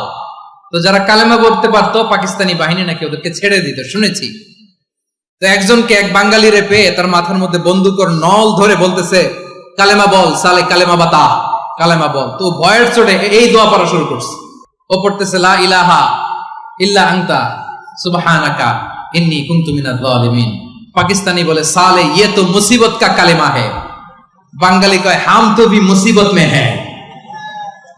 পাকিস্তানি বলে বেটা কোন দোয়া বললি, এটা তো মুসিবতের কালেমা। কয় আমিও তো মুসিবতে আছি, আমার মাথার মধ্যে বন্দুক ধরে তুমি আমারে কালেমা জিজ্ঞেস করো, এখন কোনটা কালিমা আর কোনটা কি দোয়া আমার হুঁশ আছে নাকি? প্রিয় ভাইরা, আসলে এটা দুআউল মুসিবা, বিপদে পড়লে এ দোয়া পড়তে হয়। লা ইলাহা ইল্লা আনতা সুবহানাকা ইন্নী কুনতু মিনাজ জালিমিন। এটা পড়বেন আপনারা। এই দোয়া পড়ে সাইয়েদনা ইউনূস আলাইহিস সালাম মাছের পেট থেকে রক্ষা পেয়েছিলেন। রক্ষা করেছিল কে? ইউনূস নবীরে যখন খাইলো মাছেতে গিলিয়া, ফেরেশতা পাঠাইয়া দিলে ইসমে আজম দিয়া। প্রাণে ছিল যাহার ভয় সেথা পাইল আশ্রয়, প্রাণে ছিল যাহার ভয় সেথা পাইল আশ্রয়। মাছের পেট হতে সে যে পেল পরিত্রাণ। আল্লাহু আল্লাহু তুমি জাল্লে জালালুহু, শেষ করা তো যায় না গে তোমার গুণগান। আল্লাহু আল্লাহু সুবহানাল্লাহ পড়ে। লা ইলাহা ইল্লা আনতা সুবহানাকা ইন্নী কুনতু মিনাজ জালিমিন। বিষ্ণুই বললেন দেয়ালে পিঠ থেকে গেলে, চোখে মুখে অন্ধকার, বাঁচার কোনো উপায় নাই, তখন এই দোয়াটা পড়তে হবে। এই দোয়া পড়ে আল্লাহর কাছে ফরিয়াদ করলে বিপদ মুক্ত করবেন কে? কেন এই দোয়াটা আল্লাহর কাছে বড্ড প্রিয় জানেন আমার ভাইরা? কারণ এই দোয়ার মধ্যে তিনটা জিনিস আছে। আমি যেরকম আঙ্গুল উঁচু করেছি এরকম করেন তো। তিনটা। কয়টা? তিনটা। এক নম্বরে হচ্ছে তাওহীদ, দুই নম্বরে তাসবিহ, তিন নম্বরে তাকরীর। আই রিপিট, আবারও বলছি, এক নম্বরে তাওহীদ, দুই নম্বরে তাসবিহ, তিন নম্বরে তাকরীর। এ দোয়াটা আল্লাহর কাছে এত পছন্দনীয় কারণ এ দোয়ার প্রথম অংশে আছে তাওহীদ, আল্লাহর একত্ববাদের ঘোষণা। লা ইলাহা ইল্লা আনতা, ও আল্লাহ আপনি ছাড়া কোনো ইলাহ নাই, উপাস্য নাই। এই কথা বললে আল্লাহ বড় খুশি হয়ে যায়। সুবহানাল্লাহ পড়েন। এ দোয়ার দ্বিতীয় অংশে আছে তাসবিহ, মানে আল্লাহর প্রশংসা, প্রশংসা সূচক বাণী। সুবহানাক সুবহানাক সুবহানাক, ও আল্লাহ আমি আপনার পবিত্রতা ঘোষণা করছি। সুবহানাক, এই কথা শুনলেও আল্লাহ খুশি হয়ে যায়। সুবহানাল্লাহ পড়েন। এই দোয়ার তৃতীয় অংশে আছে তাকরীর। তাকরীর মানে পাপের স্বীকৃতি। তাকরীর মানে কি? তাকরীর মানে পাপের স্বীকৃতি। এই দোয়ার তৃতীয় অংশে আছে ইন্নী কুনতু মিনাজ জালিমিন, ও আল্লাহ আমি জালিমদের অন্তর্ভুক্ত। আল্লাহ আল্লাহ আমি জালেম, আল্লাহ আমি ভুল করেছি, অন্যায় করেছি, আল্লাহ আমি জালেমদের অন্তর্ভুক্ত। এই পাপের স্বীকৃতি, অ্যাকনলেজমেন্ট আল্লাহ বড্ড পছন্দ করেন। যখন আল্লাহর কাছে আপনি ছোট হবেন, ছোট হতে হতে যত ছোট হবেন ওই দৃশ্যটা দেখতে আল্লাহ বড্ড পছন্দ করে। সুবহানাল্লাহ বলেন। তিন নম্বর অংশ ইন্নী কুনতু মিনাজ জালিমিন, আল্লাহ আমি জালেমদের অন্তর্ভুক্ত। সাইয়েদনা আদম আলাইহিস সালাম ভুল করে যখন নিষিদ্ধ গাছের ফল খেয়ে ফেললেন, আল্লাহ বললেন আদম ক্ষমা পেতে চাইলে তুমি আর হাওয়া মিলে স্বীকৃতি দাও, পাপের স্বীকৃতি আর পড়ো রব্বানা যালামনা আনফুসানা ওয়া ইল্লাম তাগফির লানা ওয়া তারহামনা লানাকুনান্না মিনাল খাসিরিন। ও আল্লাহ আমি আদম আর হাওয়া যালামনা আনফুসানা, আমরা আমাদের নফসের উপর বড্ড জুলুম করেছি। আল্লাহ ওয়া ইল্লাম তাগফির লানা ওয়া তারহামনা, আপনি যদি ক্ষমা না করেন, আপনি যদি দয়া পরবশ না হন, আপনি যদি রহম না করেন, আমরা তো ক্ষতিগ্রস্তদের মধ্যে শামিল হয়ে যাব। এই দোয়া করার সাথে সাথে সাইয়েদনা আদম আর হাওয়া আলাইহিস সালামকে ক্ষমা করে দিলেন কে? তাহলে এই দোয়ার তিন নম্বর অংশ তাকরীর, এটা আল্লাহ বড্ড পছন্দ করে। আমার কলিজার টুকরা ভাইয়েরা, গুনাহ করে শিকার যেতে হবে, এটা আল্লাহ ভালোবাসেন।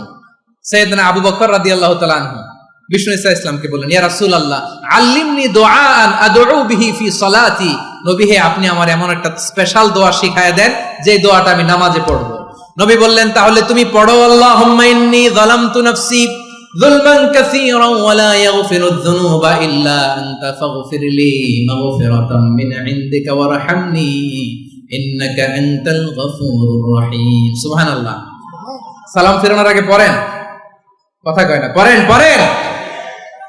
ও আবু বকর, নামাজে যদি দোয়া করতে মনে চায় এই দোয়াটা পড়বা, আল্লাহুম্মা ইন্নী যালামতু নাফসি, আল্লাহ জুলুম করেছি আমার নফসের উপর, যুলমান কাসীরা, অনেক জুলুম, ওয়া লা ইয়াগফিরুয যুনুবা ইল্লা আনতা, আপনি ছাড়া এই জুনুব, এই পাপ ক্ষমা করার দ্বিতীয় কোনো রব নাই। আছে? আল্লাহ ছাড়া আমাদের গুনাহ আর কে কে ক্ষমা করতে পারে বলেন তো? কে পারে? কে? এজন্য আল্লাহরে বলবেন, আল্লাহ আমি ছাড়া তোমার গোলামের অভাব নাই, ও আমার রব আমি ছাড়া এই জমিনের বুকে তোমার গোলামের অভাব নাই, কিন্তু তুমি ছাড়া তো আমার দ্বিতীয় কোনো রব নাই। পারবেন বলতে? পারবেন? চোখের পানি ছেড়ে আল্লাহরে বলবেন, আল্লাহ তুমি আমার রব, তুমি আমার সব। কি বলবেন? আল্লাহ আমারে রব।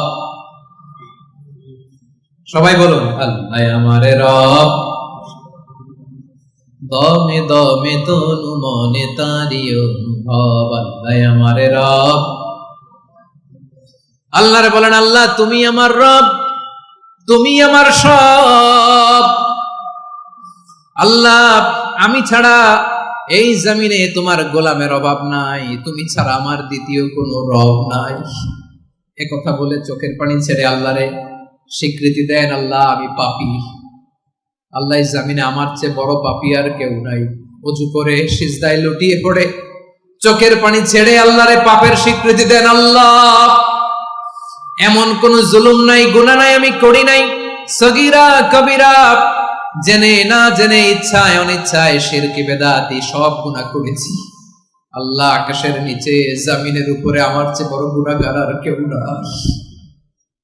চোখের পানি ছেড়ে আল্লাহরে বলেন, আল্লাহ আমি ছাড়া তোমার গোলামের অভাব নাই, তুমি ছাড়া আমার দ্বিতীয় কোনো রব নাই, তুমি ছাড়া তো কেউ আমার গুনাহ ক্ষমা করার নাই, তুমি আমার রব, তুমি আমার সব। বলতে পারবেন? এই তাকরীর আমার পটুয়াখালীর ভাই, এই স্বীকৃতিটা দেখতে আল্লাহ বড্ড ভালোবাসেন, কারণ আমরা সবাই গুনাহগার, আমরা সবাই কি? বিশ্বনবী বলেন, কুল্লুকুম খাত্তাউন, আ বানি আদম তোমরা সবাই পাপী। সবাই কি?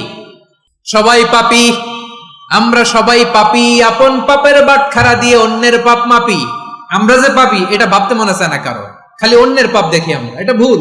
ওর এই পাপ, ও পাপী, ও জালেম, ও জাহান্নামী, এরকম একটা টেন্ডেন্সি। আমার যে কি হালাত এটার খেয়াল নাই। খেয়াল করতে হবে যে আমি সবচেয়ে বড় পাপী, ঠিক কিনা বলেন? পাপ করি না এমন কেউ আছি? হ্যাঁ আছি, আছি। কেউ না জানলেও জানে কে আমার পাপের ঘটনা? পৃথিবী না জানুক আমি তো জানি, আমি কি পাপ করেছি।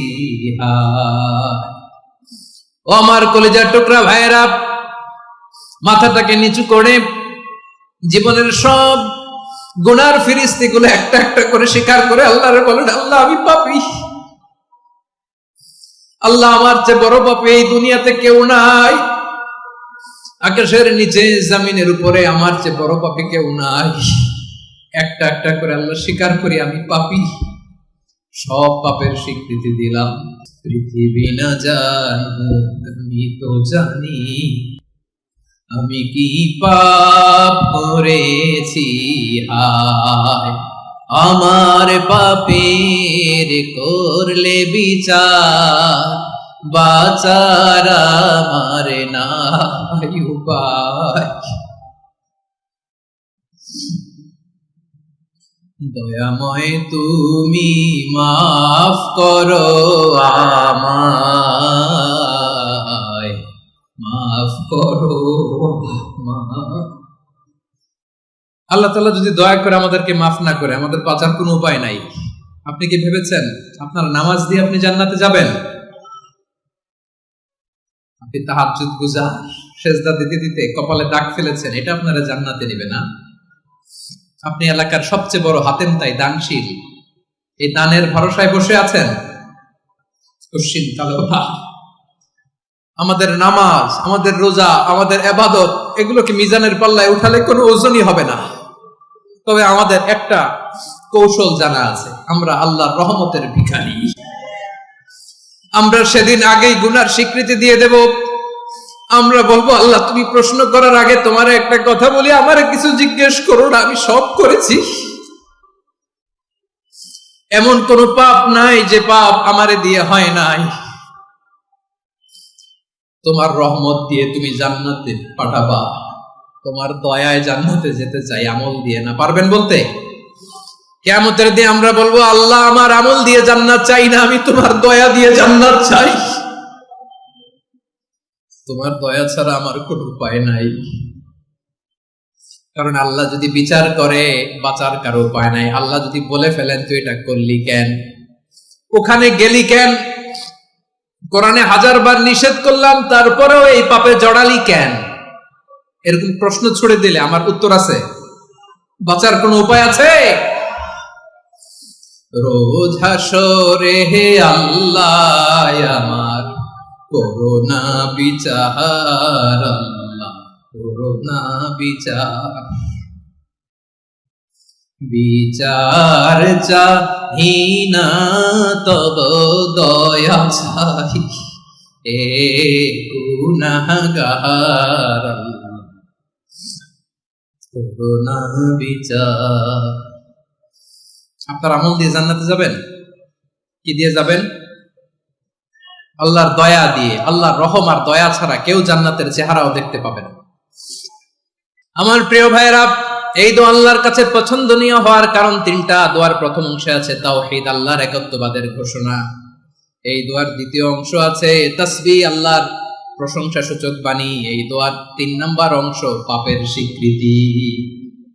তাহলে আমরা সবাই গুনাহগার। আমরা আল্লাহর কাছে পাপের স্বীকৃতি দিয়ে বলবো, ও আল্লাহ ইন্নী কুনতু মিনাজ জালিমিন, আমরা জুলুম করেছি, পাপ করেছি, অন্যায় করেছি, আল্লাহ বুঝতে পারি নাই, শয়তানের ওয়াসওয়াসায় পড়ে, বন্ধুর পাল্লায় পড়ে, নফসের খায়েশ মিটাতে যে আল্লাহ করে ফেলেছি। তুমি গুনাহ না মাফ না করলে আমাদের গুনাহ মাফ করার দ্বিতীয় কেউ নাই। ঠিক কিনা বলেন?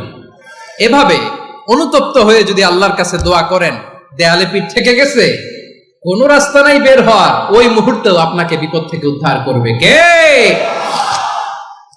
বিশ্বনবী চরম বিপদে পড়লে 2টা দোয়া পড়তেন। প্রথম হলো এটা, লা ইলাহা ইল্লা আনতা সুবহানাকা ইন্নী কুনতু মিনাল জালিমিন। এই দোয়াটা আমরা বেশি বেশি পড়ব প্রিয় ভাই। রাজি আছেন? সবাই আওয়াজ করে পড়ুন ইনশাআল্লাহ। আমার প্রিয় ভাইয়েরা, বিপদে পড়লে বিশ্বনবী আরো একটা দোয়া পড়তেন, লা ইলাহা ইল্লাল্লাহুল আযীমুল হালিম, লা ইলাহা ইল্লাল্লাহু রাব্বুল আরশিল আযীম, লা ইলাহা ইল্লাল্লাহু রাব্বুস সামাওয়াতি ওয়াল আরদি ওয়া রাব্বুল আরশিল কারীম। এই যে বললাম, রেকর্ড হয়ে গেছে। এখন তো আর ইনস্ট্যান্ট মুখস্থ না হলো, পরে মুখস্থ করে নেবেন। আল্লাহ ছাড়া কোনো উপাস্য নাই, তিনি সুমহান, মহা সহিষ্ণু। আল্লাহ ছাড়া কোনো উপাস্য নাই, তিনি সুমহান, আরশের অধিপতি।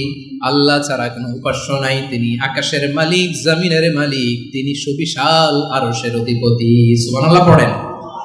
এই দোয়াটা কেউ যদি পড়ে যদি এর ওসিলা করে দোয়া করে, তাকে বিপদ থেকে মুক্তি দেয় কে? মনে থাকবে আপনাদের? তাহলে বিপদের প্রথম ধাক্কায় কি যেন পড়তে হয়? ইন্না লিল্লাহ। তারপরে কি বলে আল্লাহর কাছে নিজেকে সঁপে দিতে হয়? দেয়ালে পিঠ থেকে গেলে লা ইলাহা ইল্লা আনতা সুবহানাকা ইন্নী কুনতু মিনাজ জালিমিন। 2 নাম্বার হচ্ছে লা ইলাহা ইল্লাল্লাহুল আযীমুল হালিম, লা ইলাহা ইল্লাল্লাহু রাব্বুল আরশিল আযীম, লা ইলাহা ইল্লাল্লাহু রাব্বুস সামাওয়াতি ওয়াল আরদি ওয়া রাব্বুল আরশিল কারীম। মনে থাকবে? ইনশাআল্লাহ বলেন সবাই, আওয়াজ করে সবাই ইনশাআল্লাহ। অনেক সময় এমন হয়, হঠাৎ বিপদের সম্মুখীন হই আমরা, রেডি হয়ে বের হইছে অফিসে, হঠাৎ অ্যাক্সিডেন্টে পড়ে যাই, হঠাৎ পেটের ব্যথায় অজ্ঞান, এরকম হয় না? আপনাদের হয় না? বিষ্ণু ইসলাম বলেন, আকস্মিক দুর্ঘটনার বিপদ থেকে যদি কেউ বাঁচতে চায়, সকাল সন্ধ্যা যেন প্রত্যেকে এই দোয়াটা পড়ে। সকালে যদি 3 বার পড়ে, সন্ধ্যা পর্যন্ত হঠাৎ বিপদ থেকে সে রক্ষা পাবে। To be protected from sudden calamity, sudden disaster, sudden calamity. হঠাৎ বিপদ, হঠাৎ ভয়ঙ্কর কোন আকস্মিক বিপদ থেকে আল্লাহ বাঁচায় দিবে। সকালে পড়লে সন্ধ্যা পর্যন্ত প্রোটেক্টেড, সন্ধ্যাবেলায় যদি 3 বার পরে সকাল পর্যন্ত প্রোটেক্টেড। সুবহানাল্লাহ পড়েন। দোয়াটা কি? দোয়াটা হচ্ছে বিসমিল্লাহিল্লাযী লা ইয়াদুররু মা ইসমিহি শাইউন ফিল আরদি ওয়ালা ফিস সামাই ওয়া হুয়াস সামিউল আলিম। ছোট না, অনেক ছোট, মুখস্থ করবেন। বিসমিল্লাহিল্লাযী লা ইয়াদুররু মা ইসমিহি শাইউন ফিল আরদি ওয়ালা ফিস সামা। ওই আল্লাহর নাম নিচ্ছি যে আল্লাহর নামের বরকতে আকাশ জমিনের কোনো কিছু কারো কোনো ক্ষতি সাধন করতে পারে না। তিনি সর্বশ্রোতা সর্বজ্ঞ। সুবহানাল্লাহ পড়েন, পড়বেন এই দোয়াটা। বিসমিল্লাহিল্লাযী লা ইয়াদুররু মা ইসমিহি শাইউন ফিল আরদি ওয়ালা ফিস সামাই ওয়া হুয়াস সামিউল আলিম। ফজরের পরে 3 বার, মাগরিবের পরে 3 বার যদি কেউ পড়ে প্রোটেক্টেড, যে কোনো হঠাৎ বিপদ থেকে প্রোটেক্টেড। প্রোটেক্ট করেন কে? ওই আল্লাহর নাম নিচ্ছি যে আল্লাহর নামের ওসিলায় আকাশ জমিনের কোনো কিছু কোনো ক্ষতি করতে পারে না। সুবহানাল্লাহ পড়েন। এবার আমাদের জীবনে দুশ্চিন্তা আছে না নাই বলেন? Tension, hyper tension, anxiety, depression, চিন্তা, টেনশন নাই এরকম কে কে আছে দেখি, হাত তোলেন। ওই যে হাত তুলছে এক আল্লাহর ওলি, ওই যে টেনশন নাই তোমার, মাশাআল্লাহ। ও না বুঝে তুলছে, জোশের ঠেলায় ধাক্কায় তুলে ফেলছে। সবার জীবনে টেনশন আছে না নাই? এই দুশ্চিন্তা, পেরেশানি, মারাত্মক পেরেশানি থেকে মুক্তি পাওয়ার জন্য বিষ্ণু ইসলাম 2টো দোয়া পড়তেন। কয়টা? অনেকগুলো পড়তেন। স্পেশাল 2টো দোয়া আজকে আপনাদের শিখায় যাব, শুনবেন না? কষ্ট হচ্ছে? সংক্ষিপ্ত মুনাজাত দিয়ে দেই। ওরে আল্লাহ, আমি তো 9:30 ক্রস করে ফেলছি মাসুদ ভাই, খেয়াল করি নাই। আরো কয়েক মিনিট, ঠিক আছে ঠিক আছে। পেরেশানিতে পড়লে, টেনশনে পড়লে এই দোয়াটা, প্রিয় ভাইরা, বিষ্ণু ইসলাম যখন খুব বিপদে পড়তেন, দুশ্চিন্তা ওনাকে ঘিরে ধরতো, উনি পড়তেন ইয়া হাইয়ু ইয়া কাইয়ুম বিরহমাতিকা আস্তাগীথ, ইয়া হাইয়ু ইয়া কাইয়ুম বিরহমাতিকা আস্তাগীথ, ইয়া হাইয়ু ইয়া কাইয়ুম, হে শাশ্বত অবিনশ্বর, হে চিরঞ্জীব, বিরহমাতিকা আস্তাগীথ, তোমার রহমতের উসিলায় তোমার কাছে ফরিয়াদ করি। এটা করতেন। আবার আরেক বর্ণনায় এসেছে ইয়া হাইয়ু ইয়া কাইয়ুম বিরহমাতিকা আস্তাগীথ আসলিহ লি শা'নি কুল্লাহু ওয়ালা তাকিলনি ইলা নাফসি তারফাতা আইন। আসলিহ লি শা'নি কুল্লাহ, আল্লাহ আমার সবকিছু আপনি সেটেল করে দেন। আমাদের সব ঝামেলা সেটেল করে দিতে পারে কে? আমরা তো সেটেলমেন্টের জন্য ওএসপি সাহেবের কাছে যাই, ডিসি সাহেবের কাছে যাই, অমুক ভাইয়ের কাছে যাই, তমুক ভাইয়ের কাছে যাই। এই দোয়া পড়লে আরশের উপর থেকে আপনার ম্যাটার সেটেল করে দিবে কে? তাহলে পড়বেন ইয়া হাইয়ু, হে চিরঞ্জীব। হাইয়ু মানে চিরঞ্জীব, যিনি চিরকাল বেঁচে থাকবেন, মরবেন না। আল্লাহ মরবেন? তার কোনো লয় আছে? ক্ষয় আছে? সূরা রহমানে আল্লাহ বললেন কুল্লু মান আলাইহা ফানি ওয়া ইয়াবকা ওয়াজহু রাব্বিকা যুল জালালি ওয়াল ইকরাম ফাবিআইয়ি আলাই রাব্বিকুমা তুকাযিবান। জমিনে যা আছে সব ফান, ভ্যানিশ হয়ে যাবে, নিশ্চিহ্ন হয়ে যাবে, শেষ হয়ে যাবে, সব বিলুপ্ত হয়ে যাবে একজন ছাড়া। জোরে বলেন তিনি কে? ইয়া হাইয়ু, আমার সাথে আওয়াজ করে পড়েন ইয়া হাইয়ু ইয়া কাইয়ুম ইয়া হাইয়ু ইয়া কাইয়ুম বিরহমাতিকা আস্তাগীথ আসলিহ লি শা'নি কুল্লা ওয়ালা তাকিলনি ইলা নাফসি তারফাতা আইন। এভাবে দোয়া করলে আপনাকে বিপদ মুক্ত করবে কে? এই দোয়াটা কেন পছন্দ আল্লাহর কাছে? কারণ এখানে আল্লাহর 2টা সুন্দর নাম আছে, গুণবাচক নাম, আল হাই, আল কাইয়ুম। এই 2টো নাম আছে এখানে। আবার এই 2টা আয়াতুল কুরসির অংশ। আয়াতুল কুরসির শুরুতে এটা আছে না নাই? হ্যাঁ, আছে না নাই? 3 নাম্বার কারণ এটা ইসমে আজম। কোন দোয়াটা ইসমে আজম? যে দোয়া ওসিলায় দোয়া করলে আল্লাহ দোয়া ফেরায় না। অনেকগুলো মত আছে, সবচেয়ে ভ্যালিড মত হচ্ছে এটা, ইয়া হাইয়ু ইয়া কাইয়ুম। এর ওসিলা দিয়ে দোয়া করলে দোয়া কবুল করে কে? 2 নম্বরে বিশ্বনবী মারাত্মক বিপদে পড়লে আরেকটা দোয়া পড়তেন, আল্লাহুম্মা ইন্নী আবদুক। আগে দোয়াটা পড়ি, শুনেন। আল্লাহুম্মা ইন্নী আবদুক ওয়া ইবনু আবদিক ওয়া ইবনু আমাতিক নাসিয়াতি বিয়াদিক মাদিন ফিয়া হুকমুক আদলুন ফিয়া কাদাউক আসআলুকা বিকুল্লি ইসমিন হুয়া লাক সাম্মাইতা বিহি নাফসাক আও আনসালতাহু ফি কিতাবিক আও আল্লামতাহু আহাদাম মিন খালকিক أو استأثرت به في علم الغيب عندك أن تجعل القرآن ربيع قلبي ونور صدري وجلاء حزني وذهاب همي. سبحان الله পড়েন। বিষ্ণুই বলতেন আল্লাহুম্মা ইন্নী আবদুক, ও আল্লাহ আমি আপনার গোলাম, ওয়াবনু আবদিক গোলামের ঘরের গোলাম, ওয়াবনু আমাতিক বাদির ঘরের গোলাম। মানে আল্লাহ আমি আপনার গোলাম, আমার বাবা আব্দুল্লাহ ছিল আপনার গোলাম, আমার মা আমিনা ছিল আপনার বাদী। মানে আমরা গোলাম বংশের সব গোলাম। নিজের এর চেয়ে আর ছোট করে আল্লাহর কাছে উপস্থাপন করা যায় আমার ভাইরা? কথা কি বুঝতেছেন? নিজেকে এর চাইতে ছোট, নগণ্য আর তুচ্ছ করে আল্লাহর সাথে প্রেজেন্ট করা যায়? বিশ্বনবী বললেন, ও আল্লাহ আমি আপনার গোলাম, গোলামের ঘরের গোলাম, দাসীর ঘরের গোলাম, নাসিয়াতি বিয়াদিক, আমার মাথার চুলের ছুটি আপনার হাতের মুঠোয়, আপনি ডানে টান দিলে আমি ডানে যেতে বাধ্য, আপনি বাঁয়ে টান দিলে বাঁয়ে যেতে বাধ্য। সুবহানাল্লাহ বলেন। বিশ্বনবী বললেন, আল্লাহ আমার মাথার চুলের ঝুঁটি আপনার হাতের মুঠোয়। আচ্ছা, এইভাবে কাকে ধরা হয়? যে খুব ছোট, ঠিক কিনা? নিজেকে কত ছোট করলেন বিশ্বনবী। ও আল্লাহ আমার মাথার চুলের ঝুঁটি আপনার হাতের মুঠোয়, আপনি ডানে টানলে আমি ডানে যাব, বাঁয়ে টানলে বাঁয়ে যাব।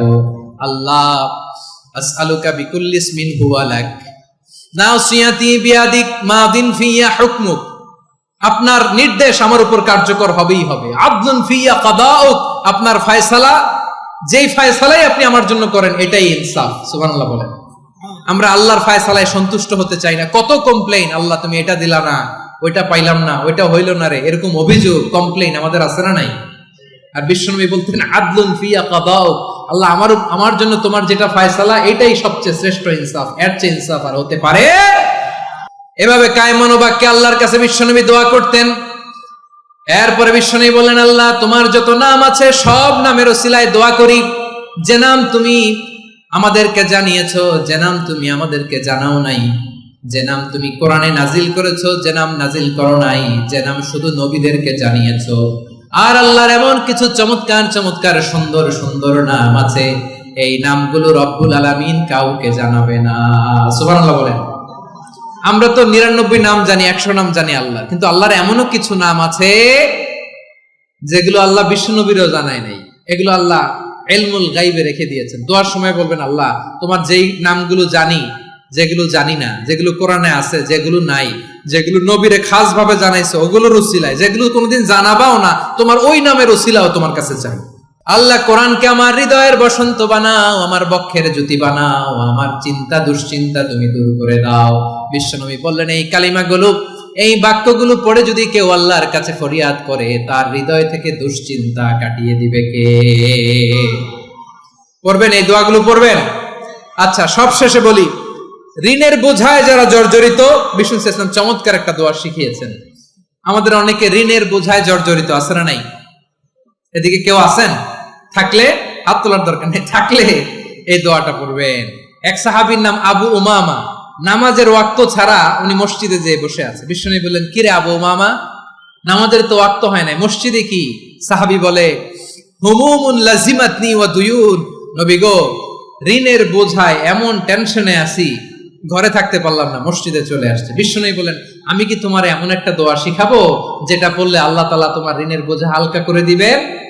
আবু উমামা বললেন, ইয়া রাসূলুল্লাহ, অবশ্যই শিখাবেন। বিশ্বনবী বললেন, তাহলে তুমি পড়বা, আল্লাহুম্মা ইন্নী আউযু বিকা মিনাল হাম্মি ওয়াল হাযান ওয়া আউযু বিকা মিনাল জুবনি ওয়াল বুখল ওয়া আউযু বিকা মিন গালাবাতিদ দাইনি ওয়া কাহরির রিজাল। ও আল্লাহ, তোমার কাছ থেকে দুশ্চিন্তা থেকে পানাহ চাই, কৃপণতা, ভীরুতা, অলসতা, কার্পণ্যতা, এই সব কিছু থেকে, মানুষের কঠোরতা, আমার উপর মানুষের আধিপত্য এবং ঋণের বোঝা থেকে পানাহ চাই। এই দোয়াটা যখন বিষ্ণুনবী শিখাই দিলেন, আবু উমামা বারবার এই দোয়া পড়ে, আল্লাহুম্মা ইন্নী আউযু বিকা মিনাল হাম্মি ওয়াল হাযান ওয়া আউযু বিকা মিনাল আজজি ওয়াল কাসাল ওয়া আউযু বিকা মিনাল জুবনি ওয়াল বুখল ওয়া আউযু বিকা মিন গালাবাতিদ দাইনি ওয়া কাহরির রিজাল। আবু উমামা বলে, এই দোয়া আমি পড়তে লাগলাম আর পড়তে লাগলাম, কিছুদিন পরে দেখা গেল বিশ্বনবীর শেখানো এই দোয়ার বদৌলতে আল্লাহ তাআলা আমার সব ঋণ পরিশোধের ব্যবস্থা করে দিয়েছেন। পড়বেন, পড়বেন। বিশ্বনবীর জামাতা সাইয়্যিদিনা আলী রাদিয়াল্লাহু তাআলা আনহুর কাছে এক লোক এসে বলে, হে আলী, ঋণের বোঝায় আমি জর্জরিত, আমার কিছু অর্থ দিয়ে সাহায্য করো। সাইয়্যিদিনা আলী রাদিয়াল্লাহু তাআলা আনহু বললেন, আমি কি তোমারে এমন একটা দোয়া শিখাবো যেটা বিশ্বনবী আমাদের শিখিয়েছেন? এই দোয়া যদি তুমি পড়ো, লাউ কানা আলাইকা মিসলু জাবালিন কাবীরিন দাইনান আদাল্লাহু আনকা, পাহাড় পরিমাণে যদি ঋণের বোঝা হয়, আল্লাহ এটা পরিশোধের ব্যবস্থা করে দিবেন। সুবহানাল্লাহ। ছোট্ট একটা দোয়া বিশ্বনবী শিখালেন, বললেন তুমি পড়বা আল্লাহুম্মা কফিনি বিহালালিকা আন হারামিকা ওয়া আগনিনি বিফাদলিকা আম্মান সিওয়াক। মুখস্থ আছে? হ্যাঁ আছে। আল্লাহুম্মা কফিনি বিহালালিকা আন হারামিক, আল্লাহ তোমার হালাল দিয়ে আমাকে পরিতুষ্ট করো, হারাম থেকে বাঁচিয়ে রাখো, আর তোমার অনুগ্রহে মানুষের মুখাপেক্ষী যেন আমি না হই, আমি যেন সবসময় তোমার মুখাপেক্ষী হয়, ওই তৌফিক দিও। সুবহানাল্লাহ পড়েন। এই দোয়া বেশি বেশি পড়লে ঋণের বোঝা হালকা করে দিবে কে? তাহলে প্রিয় ভাইয়েরা, বিপদে পড়লেই প্রথমে কি পড়বেন? পটুয়াখালী ভুইলা গেছে। বিপদে পড়লেই প্রথমে ইন্না লিল্লাহ কি বলে নিজেকে আল্লাহর কাছে সঁপে দিতে হয়? হাসবুনাল্লাহ। চরম বিপদে দেয়ালে পিঠ থেকে গেছে, তখন লা ইলাহা ইল্লা আনতা সুবহানাকা ইন্নী কুনতু মিনাজ জালিমিন। এরপরে লা ইলাহা ইল্লাল্লাহুল আযীমুল হালিম, এই দোয়া। আকস্মিক বিপদ, হঠাৎ যেন কোনো বিপদ আমাকে পেয়ে না বসে, এটার জন্য বিসমিল্লাহিল্লাযী লা ইয়াদুররু মা ইসমিহি শাইউন ফিল আরদি ওয়ালা ফিস সামাই ওয়া হুয়াস সামিউল আলিম। সকালে 3 বার, রাতে 3 বার। আর মারাত্মক tension, hyper tension, anxiety, depression থেকে বাঁচার জন্য 2 দোয়া, ইয়া হাইয়্যু ইয়া কাইয়্যুম, ইয়া হাইয়্যু ইয়া কাইয়্যুম, মনে থাকবে? আর আল্লাহুম্মা ইন্নী আবদুক, এই দোয়া। ঋণ থেকে বাঁচার জন্য 2 দোয়া, আল্লাহুম্মা ইন্নী আউযু বিকা মিনাল হাম্মি ওয়াল হাযান, এটা। আর আল্লাহুম্মা কফিনি বিহালালিকা আন হারামিকা ওয়া আগনিনি বিফাদলিকা আম্মান সিওয়াক। আর সব সময় পড়ার জন্য একটা আমল দিয়ে যাই, উঠতে বসতে, অফিসে যাচ্ছেন, অফিস থেকে ফিরতেছেন, বসে আছেন, শুয়ে আছেন, ছোট্ট এক শব্দে আমরা যেন বেশি বেশি পড়ি আস্তাগফিরুল্লাহ। আওয়াজ করে আমার সাথে পড়ুন আস্তাগফিরুল্লাহ। আবার পড়ুন আস্তাগফিরুল্লাহ। আল্লাহ রাসূল সাল্লাল্লাহু আলাইহি ওয়াসাল্লাম বলেন, মান লাজিমাল ইস্তিগফার, যে সব সময় এরকম ইস্তিগফারের সাথে লেগে থাকে, জাআলাল্লাহু লাহু মিন কুল্লি যিকিন মাখরাজা, আল্লাহ তাআলা তাকে কোনো বিপদে আটকান না, সে জীবনে আটকাবে না, যে কোনো বিপদে আল্লাহ তার রাস্তা বের করে দিবে। Way out, you will get a way out and solution. সুবহানাল্লাহ। ওয়া মিন কুল্লি হাম্মিন ফারাজা, দুশ্চিন্তা মুক্ত হবে। ওয়া ইয়ারযুকহু মিন হাইসু লা ইয়াহতাসিব, এমন জায়গা থেকে আল্লাহ রিজিকের বন্দোবস্ত করবে যেটা সে কল্পনাও করে নাই। আওয়াজ করে পড়েন সুবহানাল্লাহ। তাহলে মনে থাকবে আস্তাগফিরুল্লাহর কথা। সব শেষ কথা বলবো, সব শেষ আমার প্রিয় ভাইয়েরা। এটা গেল নিজের বিপদ। কিসের বিপদ? নিজে যদি বিপদে পড়েন। অন্যের বিপদ যদি দেখেন, এটার জন্য একটা দোয়া আছে। অনেক সময় আমরা দেখি হাসপাতালে ক্যান্সারের 3rd স্টেজে চলে গেছে, লোকটা হ্যাংলা হয়ে, চিকন হয়ে, হায়রে কি কষ্ট পায়, দেখি না? বিষ্ণু বলে, একটা দোয়া যদি কেউ অন্যের কোনো বিপদ দেখে পড়ে, ওই বিপদ তার জীবনে কখনো আসবে না। শোনার আগ্রহ আছে? অনেক সময় হয় যে আমরা মহাসড়ক দিয়ে যখন চড়ি, দুর্ঘটনায়, আইরে আল্লাহ, দুর্ঘটনায় মানুষের মাথা একদিকে, দেহ আরেকদিকে, ব্লিডিং, এরকম হয় না? আল্লাহ তুমি হেফাজত করো। বিশ্বনবী বলেন, এই দুর্ঘটনা দেখে কেউ যদি এই দোয়াটা পড়ে, তার জীবনে সে কোনোদিন এরকম অ্যাক্সিডেন্টের সম্মুখীন হবে না। শুনবেন, বিশ্বনবী বলেন, অন্যের বিপদ দেখে কেউ যদি পড়ে, আলহামদুলিল্লাহিল্লাযী আফানি মিম্মা বাতালাকা বিহি ওয়া ফাদ্দালানি আলা কাসীরিন মিম্মান খালাকা তাফদীলা, মানে প্রশংসা সে আল্লাহর, যে আল্লাহ তাআলা তোমাকে যেই জিনিস দিয়ে পরীক্ষা করেছে, আমাকে ওইটা থেকে বাঁচিয়ে দিয়েছে। তোমাকে আল্লাহ যেই বিপদে ফেলেছে, আমাকে ওই বিপদ থেকে তিনি মুক্ত রেখেছে, আর তার অনেক সৃষ্টির উপর আমাকে তিনি প্রাধান্য দিয়েছে। সুবহানাল্লাহ পড়েন। যে কোনো বিপদ, কারো ক্যান্সার দেখে যদি এই দোয়াটা আপনি বিশ্বাসের সাথে পড়েন, জীবনে কোনোদিন ক্যান্সার রোগে আক্রান্ত হবেন না। দুর্ঘটনা দেখে যদি পড়েন, ওই দুর্ঘটনা আপনাকে স্পর্শ করবে না। যে কোনো কারো বিপদ দেখে যদি কোনো বিশ্বাসী বান্দা এই দোয়া পড়ে, বিশ্বনবী বলেন, লাম ইউসিবহু যালিকাল বালা, ওই বিপদ তাকে আর ধরবে না। উফিয়া মিনহু মিন যালিকাল বালা কাইনাম মা কান, সে যতদিন হায়াত পাবে কোনোদিন ওই বিপদ তাকে স্পর্শ করবে না। এই দোয়াটা পড়তে রাজি আছেন আমার প্রিয় ভাইরা? তাহলে পুরো আলোচনার সেন্ট্রাল থিম হচ্ছে, আমাদের জীবনে বিপদ আসবে, কষ্ট আসবে, দুঃখ আসবে, কিন্তু বিপদে আপদে আমরা হাল ছেড়ে দিব না, হতাশ হব না। মুমিন হতাশ হয় না, নিরাশ হয় না, হাল ছেড়ে দেয় না। মুমিন ভরসা রাখে একজনের উপর। আওয়াজ করে বলুন, যিনি কে? বিপদে পড়লে আমাদেরকে উদ্ধার করে কে? আবার আমাদেরকে যদি কোনো নেয়ামত আল্লাহ দিতে চান, ওইটা কেড়ে নেওয়ার ক্ষমতা কারো আছে? তাহলে আমরা কানেক্টিভিটি বাড়াবো কার সাথে? আমাদের প্রার্থনার ফরিয়াদের হাত তুলবো কার কাছে? রাজি আছেন? পটুয়াখালীর ভাইয়েরা, মনে থাকবে কথাগুলো? আল্লাহ তাআলা আমাদের সবাইকে কথাগুলো বোঝার ও আমল করার তৌফিক দান করুন। কোরআনের মাহফিলে হাদিসের মাহফিলে হয়ে যাও সবাই শামিল, এলো কোরআনের মাহফিল।